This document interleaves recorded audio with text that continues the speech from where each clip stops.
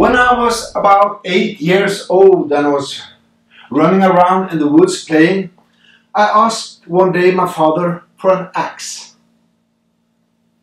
My father thought for quite a while before giving me a small but sharp knife.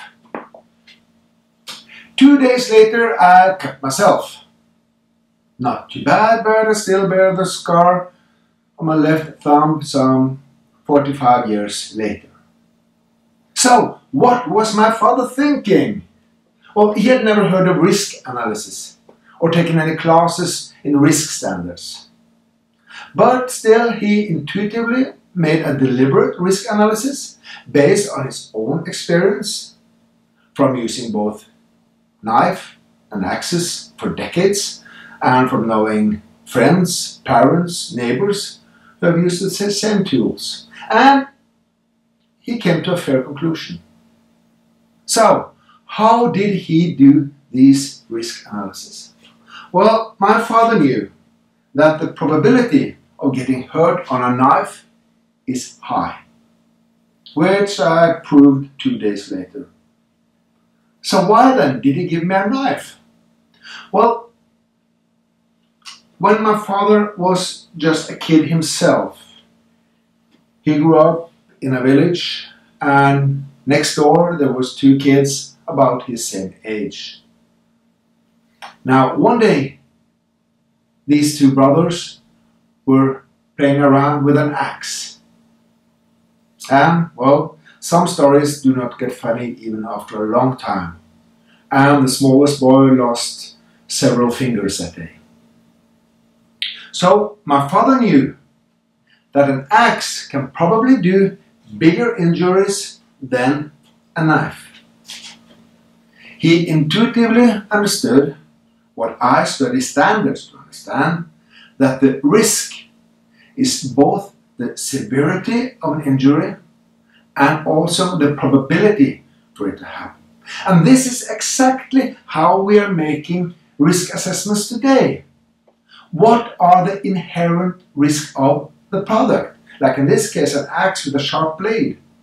Who are using the product? Adult, disabled, or may even be children. Can other than the user be hurt? Like in this case with the axe, the bystander.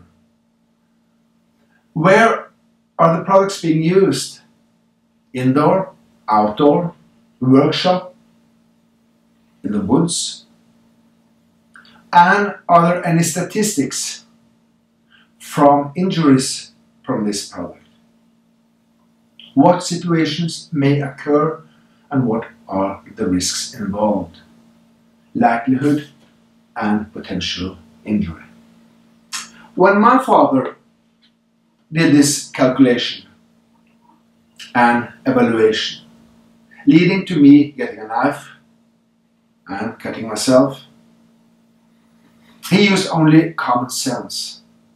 But if we use the methods and tables of modern risk analysis, we actually come to the same conclusions. Now, if we look at the risk represented by the axe in the evaluation of my father, we see the probability of danger. Well, one person in less than 1,000 in the village she grew up, well, that equals more than 1 in 1,000.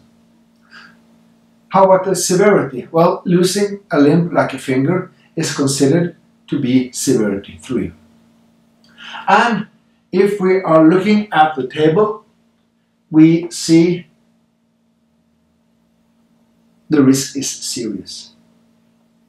Now, if we look at the risk the knife represents in the evaluation of my father, we see that the probability of danger, well, almost half he knew would at some point cut themselves on a knife, so say it's more than 1 out of 10. Severity, although I found it very painful, cut less than 10 centimeters are considered severity level 1. And looking at the table again, the risk is considered to be medium. And basically, this is how we do risk assessment on electrical equipment as well. We make a scenario, we find the likelihood and the possible injury, and we calculate the risk. Now, if you go into Wiki and make a search for report for risk assessment, you will find a quite short, simple and practical guide on how to do a risk assessment, complete with a small report and some hints even. And of course, if any questions, do give us a call.